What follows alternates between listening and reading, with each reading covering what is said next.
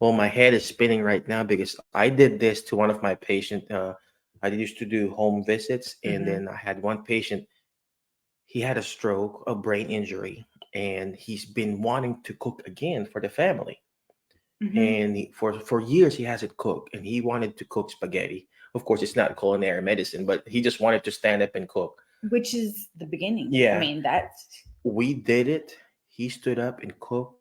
Family was there, and wow. then we kept on doing it. And he stood up and started cooking. And then, of course, it wasn't the best because, but It he's was that first step, and yeah. that empowered him to Hmm. make other steps. There you go. There you go.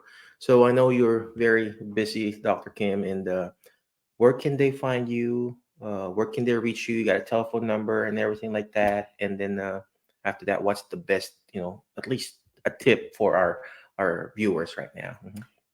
My office number is 731 Hmm. 215 2888. Hmm. We're at www.pc